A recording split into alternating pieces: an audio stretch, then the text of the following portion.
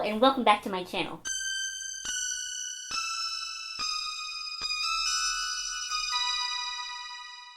I'm excited for today's video because we're crafting. So today I'm going to show you how I made these mini little terrarium graveyards. I made this one second. I don't like this one as much simply because the terrarium itself doesn't have a lid. Although I do think that I made it better because it was the second one I made. But the one that I'm making in this video today is actually this one in this little cloche. I made it all myself except for the cloche, obviously. And I got this idea. I literally saw a picture shared on Facebook of a little mini cemetery in a terrarium. And I was like, that's it. I'm making one. And I sort of invented all the other things myself in my own brain. I was originally going to be like really extra and make it with real moss and that sort of thing. But then I decided not to do that because that sounded like way more than I wanted to do. So this is a really fun craft if you're an adult like me and you just want to make things. But I also think this could be a really fun craft for like younger people or kids even if you want to do craft with kids because it's really easy. And it's pretty inexpensive. So the most expensive part about all of this were actually the physical terrariums. So this cloche, because it's a little more stylized, this was like $25 and I bought it at Michael's. That's kind of a regret, to be honest, because it's so expensive. But this terrarium I also bought at Michael's and it was $5. And I'm sure you can find similar ones at your dollar store depending on where you are. So that sort of thing, you know, that's great. And then for the tombstones and stuff, I used the Crayola brand air dry clay that you get at Michael's. Usually one's on sale for $2, so you could just buy that one and paint it, or you could buy the gray one like I did, which is like $5. And then everything else is actually from Dollar Tree. So there's floral foam in there, the moss for the what is this called, a fence. I use toothpicks. My hot glue gun and my hot glue sticks are from Dollar Tree as well.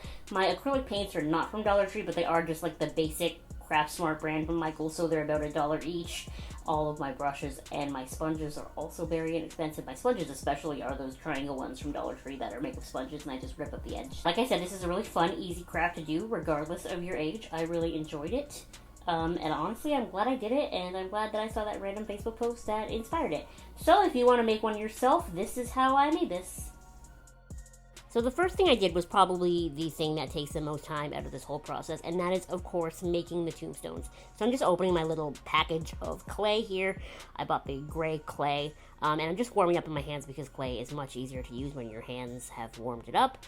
And I do have a kit of sort of clay sculpting tools because I bought them forever ago. You 100% do not need these for this project at all. You could, get by with a butter knife and something to help roll it out if you want to. And honestly, when I made my second graveyard, what I ended up using was a butter knife and a pencil to roll it out. So this is completely unnecessary, this kit.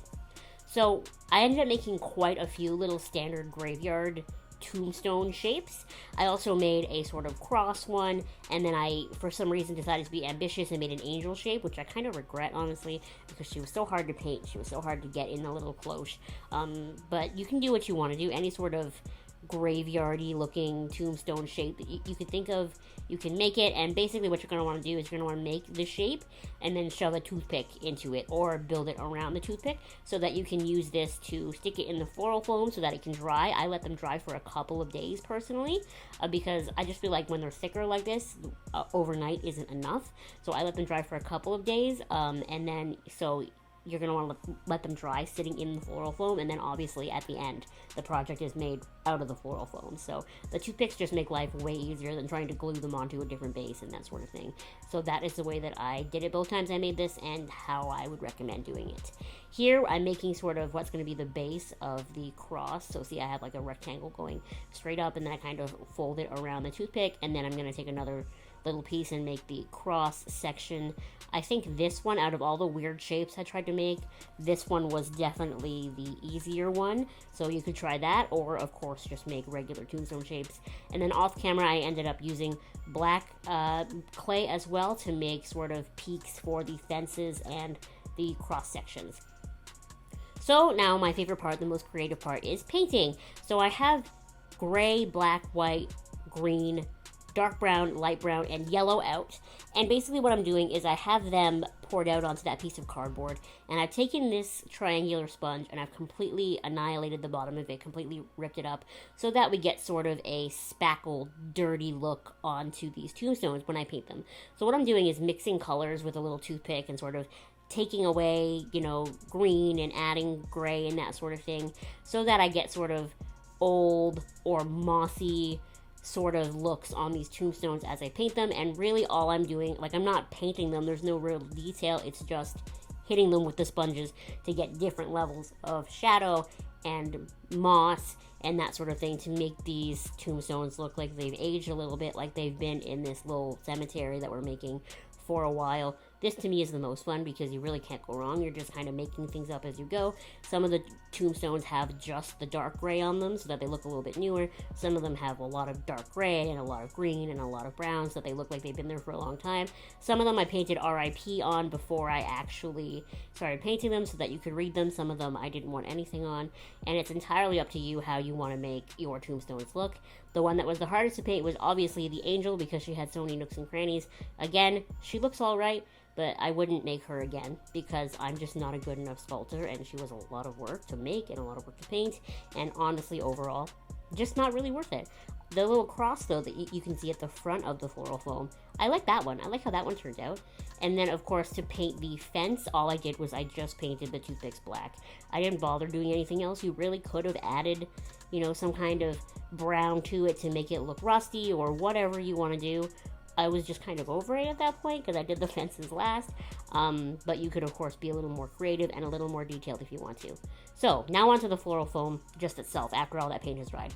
So I pushed the cloche into the top of the floral foam so that I would have a good idea of the size, and then I used a butter knife. That's the thing that I love about Dollar Tree floral foam especially, is that it's so easy to work with. I can literally just use a butter knife to cut it, so it's no danger to me, and I'm getting the job done. So a mistake that I made with this project was, so as you can see, I'm cutting it around, and then after I take the top of the cloche off, I cut it down more, and I really sort of file the floral foam into the shape that I want. But honestly, I didn't make it small enough around, because when I add the moss later, I don't have this on camera, but I couldn't get the cloche to fit on top. So I really had to just squish it in there. So this little terrarium cemetery is never coming apart because that base is shoved up into the top because I made it too thick. So learn from my mistakes, make it even thinner, especially if you're adding as much moss as I did, so that you can actually fit the top on. That is my advice. So here I am just kind of making the sides smaller, not small enough, and then I flip it over because I wanted the base to be a little bit bigger so that I could, glue it down. And then I just use a butter knife and I start sculpting my sort of weird mountain hill type cemetery shape. I really wish I had made it more angled because it's really just sort of a slope, and the tombstones look like they're sitting on a weird angle. I should have made it a little bit harsher or something, but overall I think it's an okay shape. So then after I was done making my floral foam into the right shape, I wanted to put the path that I wanted to make onto the floral foam before I started adding moss. So I bought these gray stones at the dollar store. Yes, these cute little gray stones are from Dollar Tree. I can't believe that. So I was making sort of lines of hot glue on the floral foam, and then originally I was just trying to pour the stones on, hoping they would stick. That didn't really work, so I ended up having to use my hands and push it onto the floral foam, which did result in some minor burning sensation on my hands, but it wasn't too bad and it was fine. There's gotta be a smarter way to do this. I just didn't figure it out at the time, and this is how it ended up working, so whatever. And I'm doing everything into this Sephora box just to kind of try to help catch some of the stuff that I was dropping, but honestly it did a terrible job because what do cardboard boxes look like at the bottom? Wow, cracks and holes, so I was getting stuff everywhere. Probably should have used a Rubbermaid type container. You live and you learn. So after I had the path all kind of set up and it looked how I wanted, then I reached into my Dollar Tree bag of moss and I just started ripping pieces of moss apart and gluing it onto the floral foam. I really wanted to make sure that I grabbed the sections of moss that were sort of dirt colored, but then also grass, but not really healthy looking grass, because you want your little cemetery to look a little bit creepy, right? You don't want it to look too nice. So honestly, I was just gluing sections of the floral foam and pushing pieces of moss onto it.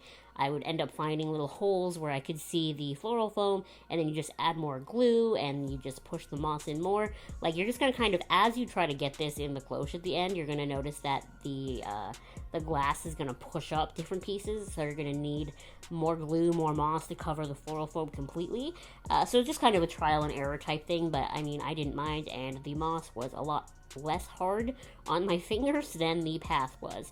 But overall, I really liked how this moss looked. It actually weirdly did smell like actual outdoors. I don't know if it's real moss, I wouldn't think so, but it looked alright. So then after I had all of the moss on, I opted to push the little tombstones in, and that was kind of the final step. You could, of course, put the tombstones on before you put the moss on, but I decided that it would be easier to do it this way, and then I could kind of use my fingers to part the moss to push the tombstones in farther if I needed to, but I didn't really have to do that. They looked alright as it is, and I could always add a little more moss on top to help if I needed to.